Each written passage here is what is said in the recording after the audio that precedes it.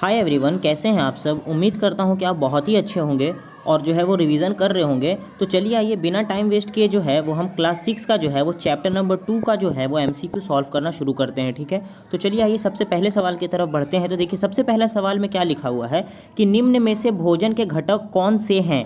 यानी कि हम लोग को ये बताना है कि हमारे जो भोजन के घटक हैं वो इसमें से कौन से हैं। तो क्या प्रोटीन है, विटामिन है, कार्बोहाइड्रेट है या उपयुक्त में से सभी। तो देखिए बात करते हैं हम भोजन के घटक की। हमारे पास प्रोटीन भी होता है, हमारे पास विटामिन भी होते हैं और हमारे पास कार्बोहाइड्रेट भी होता है। तो क्वेश्चन नंबर 1 का जो है वो सही जवाब है ऑप्शन नंबर डी। तो ये आपका बिल्कुल सही जवाब हो जाएगा। तो चलिए नेक्स्ट क्वेश्चन की तरफ मूव करते हैं। तो देखिए नेक्स्ट क्वेश्चन क्या बोल रहा है यहाँ पर, चपाती, दाल और बैगन कौन सा भोजन है। यानी कि जो चपाती है, दाल है और जो बैगन है वो किस भोजन की कैटेगरी के अंदर आता है। क्या ये वेजिटेरियन है या क्या ये कार्निवोरस है, मतलब कि जो मांसाहारी है या सर्वाहारी है। ठीक है, तो आपको जैसे पता होगा कि जो चपाती है, दाल है और ब्रिंजल है वो वेजिटेरियन फूड है। ठीक है, तो क्वेश्चन नंबर 2 का जो है वो ऑप्शन नंबर ए जो है वो बिल्कुल सही जवाब हो जाएगा। तो नेक्स्ट क्वेश्चन की तरफ मूव करते हैं।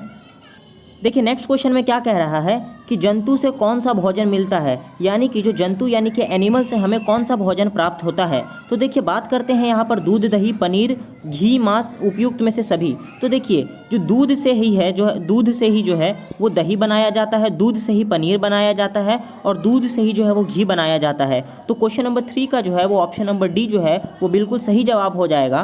तो चलिए नेक्स्ट क्वेश्चन की तरफ मूव करते हैं। तो देखिए नेक्स्ट क्वेश्चन में क्या बोल रहा है कि भोजन खाना क्यों ज़रूरी है। यानी कि जो फूड जो हम ईट करते हैं वो हमारे बॉडी के लिए ज़रूरी क्यों है। तो देखिए क्या वो ऊर्जा देता है। जी हाँ बिल्कुल, हमें वो ऊर्जा देता है। काम करने की जो है वो शक्ति देता है। जी हाँ बिल्कुल, अगर भोजन अगर हम नहीं करेंगे तो हमारे जो शरीर में जो है वो एनर्जी उत्पन्न नहीं हो पाएगा। तो काम करने में भी जो है वो हमें मदद करता है और जीवित रहने के लिए भोजन जरूरी है। जी बिल्कुल, ये भी सही जवाब है। तो क्वेश्चन नंबर 4 का जो है वो ऑप्शन नंबर डी जो है वो बिल्कुल सही हो जाएगा। ठीक है, अब नेक्स्ट क्वेश्चन की तरफ प्रोसीड करते हैं। देखिए नेक्स्ट क्वेश्चन में क्या बोल रहा है, चावल, सांबर तथा भिंडी कहाँ से हमें मिलते हैं। यानी कि जो राइस है, सांबर है और लेडी फिंगर जो है वो हमें कहाँ से मिलता है। क्या ये हमें जो है वो लेडी फिंगर और सांबर जो है वो प्लांट से मिलते हैं। तो क्वेश्चन नंबर 5 का जो है वो ऑप्शन नंबर ए जो है वो बिल्कुल सही जवाब हो जाएगा। नेक्स्ट क्वेश्चन की तरफ मूव करते हैं। क्वेश्चन नंबर 6 में क्या बोल रहा है कि भोजन के अवश्य घटक को क्या कहते हैं। यानी कि जो एसेंशियल कंपोनेंट है हमारे फूड के जो है वो उसे हम क्या कहते हैं। तो देखिए जो भी एसेंशियल कंपोनेंट है हमारे फूड के उसे हम न्यूट्रिएंट कहते हैं, यानी कि उसे हम पोषक कहते हैं। तो क्वेश्चन नंबर 6 का जो है वो ऑप्शन नंबर ए जो है वो बिल्कुल सही जवाब हो जाएगा। नेक्स्ट क्वेश्चन की तरफ मूव करते हैं, क्वेश्चन नंबर 7 की तरफ। तो देखिए क्वेश्चन नंबर 7 में क्या कह रहा है कि आहारी रेशे क्या होते हैं। यानी कि व्हाट आर डाइटरी फाइबर्स। तो देखिए डाइटरी फाइबर्स क्या होते हैं। देखिए डाइटरी फाइबर्स के बारे में अगर सबसे पहले देखते हैं, इसके बारे में इसका जो यूजेस है वो हमारी बॉडी में वो देखते हैं। ये क्या करता है, अनडाइजेस्टेड जो फूड होता है उसे बाहर निकालने में मदद करता है। और डाइटरी फाइबर जो है वो हमारे फ्रेश फ्रूट यानी कि ताजे फल और सब्जियां में भी हो सकता है, दाल, आलू वगैरह में भी हो सकता है और साबुत खदान वगैरह में यानी कि होल ग्रेन्स में भी हो सकता है। तो क्वेश्चन नंबर 7 का जो है वो ऑप्शन नंबर डी जो है वो बिल्कुल सही जवाब है। नेक्स्ट क्वेश्चन की तरफ मूव करते हैं। क्वेश्चन नंबर 8 में क्या कह रहा है कि रतौंधी रोग जो है वो किसकी कमी के कारण होता है। तो आपको जैसा कि पता होगा रतौंधी रोग यानी कि नाइट ब्लाइंडनेस जो है वो किस विटामिन की डेफिशिएंसी से होता है। तो वो होता है विटामिन ए की डेफिशिएंसी से। तो क्वेश्चन नंबर 8 का जो है वो ऑप्शन नंबर ए जो है वो बिल्कुल सही जवाब हो जाएगा। नेक्स्ट क्वेश्चन की तरफ मूव करते हैं। क्वेश्चन नंबर 9 में देखिए क्या कह रहा है, वसा युक्त भोजन जो है वो किसे कहते हैं, किसको कहते हैं, फैटी फूड्स किसे कहेंगे। देखिए फैटी फूड यानी कि जो तेल में जो तला हुआ जो फूड होगा और जो चिकना फूड होगा, जो कौन सा फूड होगा, चिकना फूड होगा, उसे जो है वो हम फैटी फूड की कैटेगरी में लाकर रख देते हैं। तो उस हिसाब से क्वेश्चन नंबर 9 का जो जवाब है वो ऑप्शन नंबर सी जो है वो बिल्कुल सही हो जाएगा। अब नेक्स्ट क्वेश्चन की तरफ मूव करते हैं क्वेश्चन नंबर 10 में। तो देखिए क्वेश्चन नंबर 10 में क्या कह रहा है कि आहारी रेशे का दूसरा नाम क्या है। यानी कि यही डाइटरी फाइबर्स का दूसरा नाम क्या है। तो इसे हम रुशांश कहते हैं, यानी कि इसको इंग्लिश में जो है वो हम रफेज कहते हैं। तो क्वेश्चन नंबर 10 का जो है वो ऑप्शन नंबर ए जो है वो बिल्कुल सही जवाब हो जाएगा।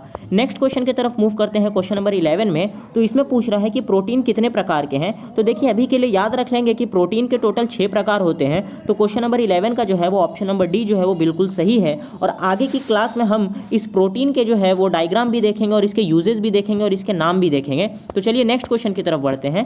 क्वेश्चन नंबर 12 में देखिए क्या कह रहा है कि भोजन को ज़्यादा पकाने से क्या होता है, यानी कि what happen when food is over cooked, यानी कि अगर हम भोजन को ज़्यादा हीट पे ज़्यादा देर तक अगर पकाते हैं तो उससे क्या होगा। तो देखिए सबसे पहली बात कि उसका विटामिन जो है वो नष्ट हो जाएगा और लाभदायक प्रोटीन, खनिज, लवण को जो है वो हानि होता है। तो क्वेश्चन नंबर 12 का जो है वो ऑप्शन नंबर सी जो है वो बिल्कुल सही जवाब है। नेक्स्ट क्वेश्चन की तरफ मूव करते हैं, क्वेश्चन नंबर 13 की तरफ मूव करते हैं। तो क्वेश्चन नंबर 13 में क्या कह रहा है कि क्वेश्चन नंबर 13 में क्या कह रहा है कि what is the effect of anaemia, यानी कि जो एनीमिया है उसके बॉडी के ऊपर क्या इफेक्ट पड़ते हैं, क्या वो बॉडी कमज़ोर हो जाती है। तो हाँ जी बिल्कुल, बॉडी जो है वो एनीमिया में कमज़ोर हो जाता है। तो क्वेश्चन नंबर 13 का जो है वो ऑप्शन नंबर ए जो है वो बिल्कुल सही जवाब है। नेक्स्ट क्वेश्चन की तरफ मूव करेंगे, तो क्वेश्चन नंबर 14 में देखिए क्या कह रहा है कि रुशांश, यानी कि जो हमारे रफेज यानी कि जो डाइटरी फाइबर्स हैं हमारे शरीर में क्या काम करते हैं। तो जैसे कि मैंने आपको बताया था कि वो अनडाइजेस्टेड फूड को जो है, यानी कि जो भोजन जो नहीं पचता है उसको हमारे बॉडी से जो है वो बाहर निकालने का काम करते हैं। तो क्वेश्चन नंबर 14 का जो है वो ऑप्शन नंबर ए जो है वो बिल्कुल सही जवाब हो जाएगा। ठीक है, अब नेक्स्ट क्वेश्चन की तरफ मूव करते हैं। तो नेक्स्ट क्वेश्चन में देखिए क्या कह रहा है कि what is called deficiency disease, deficiency disease किसे कहते हैं, वजनीय रोग जो है वो किसे कहते हैं। ठीक है, इस सवाल में पूछा गया क्वेश्चन नंबर 15 में। तो देखिए जो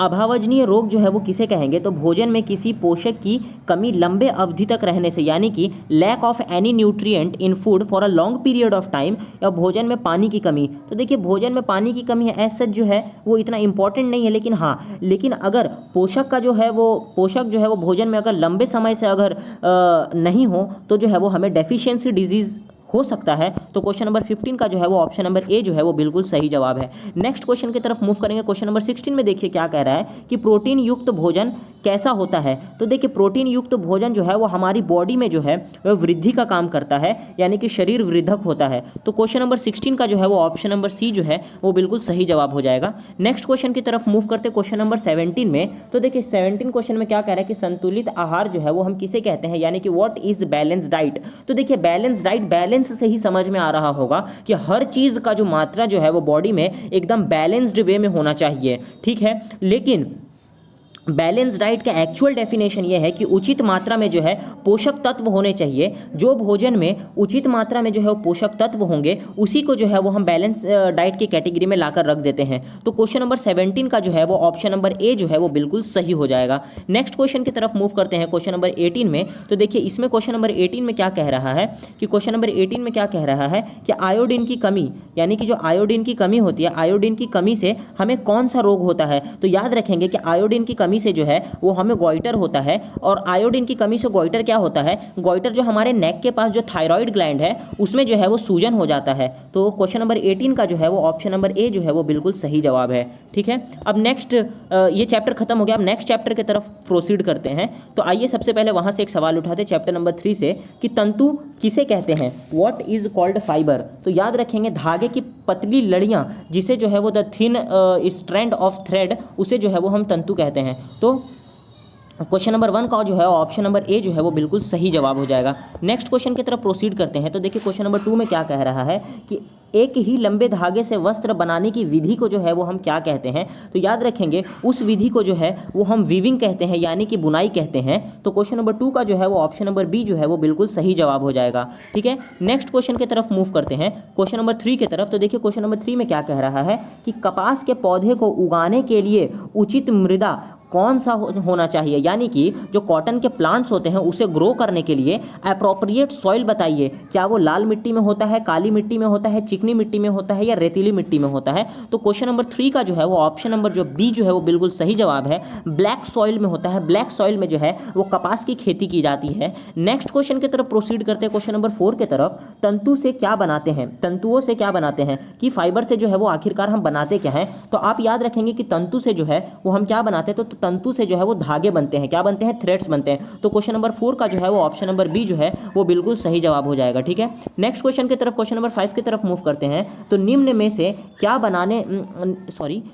से क्या बनाने में रुई का उपयोग नहीं किया जाता है। नहीं वाले वर्ड पे जो है नॉट यूज्ड, यानी कि रुई जो है वो किस चीज़ को बनाने में यूज़ नहीं किया जाता है। तो याद रखेंगे बोरियां जो है वो रुई से नहीं बनती है, बाकी रजाई जो है वो हम रुई से बनाते हैं, बत्तियां जो है वो भी रुई से बनती है, और तकिए जो है वो भी रुई से बनते हैं। तो क्वेश्चन नंबर 5 का जो है वो ऑप्शन नंबर सी जो है वो बिल्कुल सही जवाब हो जाएगा। नेक्स्ट क्वेश्चन की तरफ मूव करते हैं।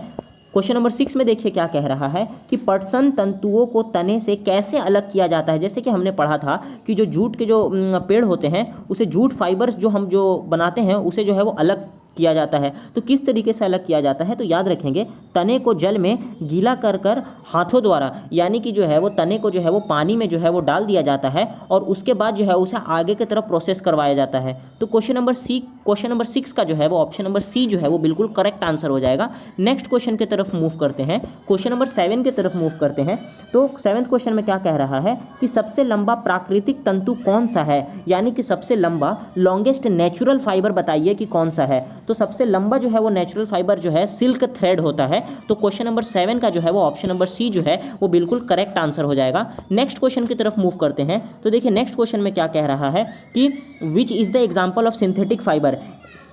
एक तो नेचुरल फाइबर होता है, दूसरा सिंथेटिक फाइबर होता है। तो सिंथेटिक फाइबर का जो है वो हमें उदाहरण बताना है। तो सिल्क क्या सिंथेटिक फाइबर होता है, तो नहीं, सिल्क जो है वो नेचुरल फाइबर की कैटेगरी में आता है। वुल जो है ये भी जो है नेचुरल फाइबर की कैटेगरी में आता है, और कॉटन जो है ये भी नेचुरल फाइबर है। तो हम बात करते हैं ऑप्शन नंबर डी की। क्वेश्चन नंबर 8 का जो है वो ऑप्शन नंबर डी जो है वो बिल्कुल सही है। पॉलिस्टर जो है ये सिंथेटिक फाइबर की कैटेगरी में आता है। नेक्स्ट क्वेश्चन की तरफ मूव करते हैं, क्वेश्चन नंबर 9 की तरफ। तो देखिए क्वेश्चन नंबर 9 में क्या कह रहा है कि कपास का पौधा किस प्रकार की जलवायु में उगता है, यानी कि किस तरीके का जो है वो जलवायु वहाँ, यानी कि वहाँ पर किस टाइप का जो है वो क्लाइमेट होना चाहिए। तो याद रखेंगे क्वेश्चन नंबर 9 में जो है वो जो है वो हॉट क्लाइमेट होना चाहिए। तो क्वेश्चन नंबर 9 का जो है ऑप्शन नंबर बी जो है वो बिल्कुल सही जवाब हो जाएगा। नेक्स्ट क्वेश्चन की तरफ मूव करते हैं क्वेश्चन नंबर 10 में। तो देखिए नारियल से प्राप्त रेशे से क्या निर्मित नहीं होता है, यानी कि क्या नहीं बनाया जाता है। तो इसका ही बात याद रखेंगे कि जो नारियल से जो हमें फाइबर जो प्राप्त होते हैं उससे ना ही तो मैट्स बनते हैं, यानी कि मैट्स भी नहीं बनते, मैट्रिक्स यानी कि गद्दे भी नहीं बनते, और रस्सी भी नहीं बनती है। तो क्वेश्चन नंबर 10 का जो है वो ऑप्शन नंबर डी जो है वो बिल्कुल सही जवाब हो जाएगा। तो देखिए क्वेश्चन नंबर 11 में क्या कह रहा है कि निम्न में से कौन सा संश्लिष्ट तंतु नहीं है, यानी कि इस चारों ऑप्शन में कौन सा जो है वो हमारे पास सिंथेटिक फाइबर नहीं है। तो चलिए आइए ऑप्शन को रीड करते हैं। फ्लैक्स, तो देखिए फ्लैक्स जो है वो हमारे पास जो है वो सिंथेटिक फाइबर नहीं है। तो क्वेश्चन नंबर 11 का जो है वो ऑप्शन नंबर ए जो है वो बिल्कुल सही है। बाकी नीचे के 3 ऑप्शन देख लेते हैं, पॉलिस्टर, नायलॉन और एक्राइलिक, ये तीनों जो है वो सिंथेटिक फाइबर्स की कैटेगरी में आते हैं। नेक्स्ट क्वेश्चन की तरफ प्रोसीड करते हैं। तो देखिए नेक्स्ट क्वेश्चन में क्या कह रहा है कि पटसन कहाँ से मिलता है, यानी कि जो जूट जो है वो हमें कहाँ से प्राप्त होता है। तो देखिए जूट जो है वो हमें जूट प्लांट से जो है वो प्राप्त होता है। जूट किससे हमें प्लांट से प्राप्त होता है। तो क्वेश्चन नंबर 12 का जो है वो ऑप्शन नंबर ए जो है वो बिल्कुल सही जवाब है, यानी कि ये पौधे से हमें मिलता है। नेक्स्ट क्वेश्चन की तरफ चलते हैं। तो देखिए क्वेश्चन नंबर 13 में क्या कह रहा है कि प्राकृतिक रेशे कौन से होते हैं, यानी कि नेचुरल फाइबर कौन कौन से होते हैं। तो देखिए कॉटन हो जाए, चाहे वो वुल हो, चाहे वो जूट हो, ये तीनों जो है वो हमारे पास नेचुरल फाइबर की कैटेगरी के अंदर आते हैं। तो क्वेश्चन नंबर 3 का जो है वो ऑप्शन नंबर डी जो है वो बिल्कुल सही जवाब है, ऑल ऑफ दिस, यानी कि उपयुक्त में से सभी। नेक्स्ट क्वेश्चन की तरफ चलते हैं। तो देखिए नेक्स्ट क्वेश्चन क्या कह रहा है कि कपास के रेशे पौधे के किस भाग से प्राप्त होते हैं, यानी कि from which part of the plant are cotton fibre obtained. तो यहाँ कहाँ से होता है। तो देखिए जड़ से तो खैर नहीं होते हैं, पत्तों से भी नहीं होते हैं, फूल से भी नहीं होते हैं, यानी कि उसके जो है वो स्टाक से होते हैं, यानी कि डंठल से होते हैं, ठीक है, यानी कि स्टाक से होते हैं।